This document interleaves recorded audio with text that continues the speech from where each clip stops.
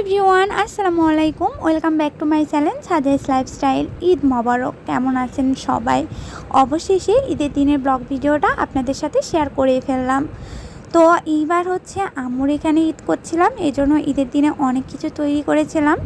আম্মুর এখানে ঈদ করা আর শ্বশুর বাসায় ঈদ করা আলাদা একটা আনন্দ। শ্বশুর বাসায় ঈদ করা সেটা আলাদা একটা ভালো লাগা, আর আম্মুর বাসায় বিয়ের পর ঈদ করা সেটাও আলাদা একটা ভালো লাগার জায়গা।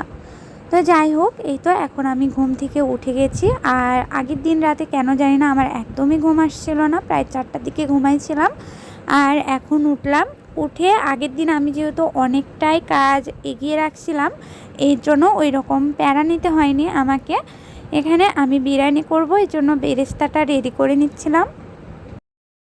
আর হ্যাঁ, আজকের ভিডিওটা কিন্তু একটু লং হয়ে যাচ্ছে, কারণ হচ্ছে আমি যেহেতু একদম সকাল থেকে সন্ধ্যা পর্যন্ত সব কিছুই আপনাদের সাথে শেয়ার করব, এই জন্য একটু ধৈর্য সহকারে আমার পাশে থেকে আমার পুরো ভিডিওটা দেখবেন।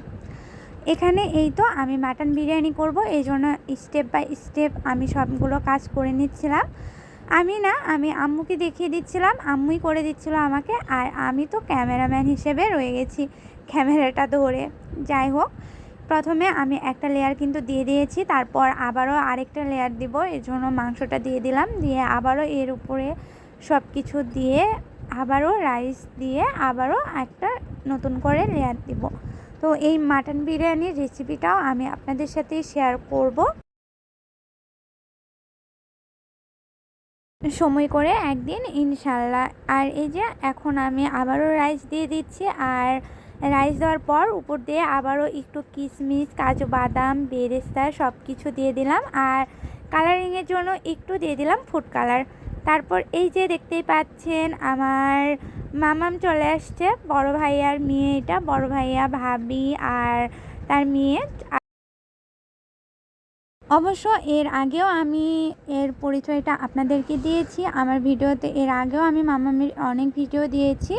ও হচ্ছে আমার বড় ভাইয়ের মেয়ে। তারপর এখানে আমার মেজো মামি, বড় মামি, ছোটো মামি সবাই আসছিল, আর মামাতো ভাই বোন সবাই আসছিল। আর এইদিকে টুকটাক সব রান্নাবান্নাই হয়ে গেছে, কিছু আমি করেছি, কিছু আম্মু করেছে, সব মিলিয়ে আসলে বাসায় বারবার গেস্ট আসছিল, তাদেরকে নাস্তা দেওয়া প্লাস রান্না করা একটু চাপ হয়ে যাচ্ছিলো। বাট ব্যাপার না, আসলে ঈদের দিন তো এগুলাই সব থেকে মজার বিষয়।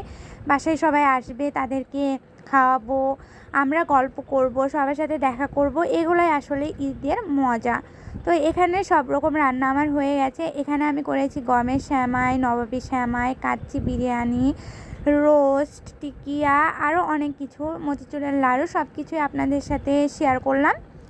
আর এখানে হচ্ছে এই তো খাওয়া দাওয়া শুরু হয়ে গেছে। আর এর আগে আমি আপনাদের সাথে শেয়ার করেছিলাম যে আমার ছোট ভাই বিয়ে করেছে কয়েকদিন আগে, তো তাদেরকেও দাওয়াত করেছিলাম যেন তারা আমাদের বাসায় ঈদের দিন দুপুরে এসে খায়। আমার বাসা থেকে ছোটো পুপির বাসা যেহেতু বেশি দূরে না, এজন্য তারা চলে আসছিল। আর তারপর এই তো আমরাও সন্ধ্যাবেলা আমার জান পাখির কাছে আর আমার সোনা পাখির কাছে চলে গেছিলাম।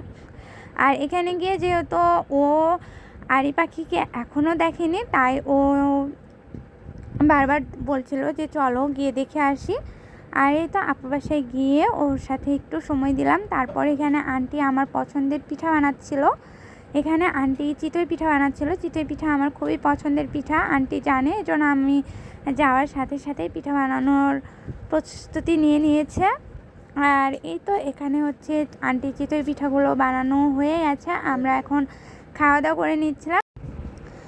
তো এই তো আজকে হচ্ছে আপুর বাসায় আমরা খাওয়া দাওয়া করেছিলাম চিতই পিঠা, তারপর চিতই পিঠা মাংস দিয়ে আমি খাচ্ছিলাম, তার সাথে ছিল মিষ্টি, পোলাও, কোক আর গরুর মাংস। তো আজকের ভিডিওটা এই পর্যন্তই।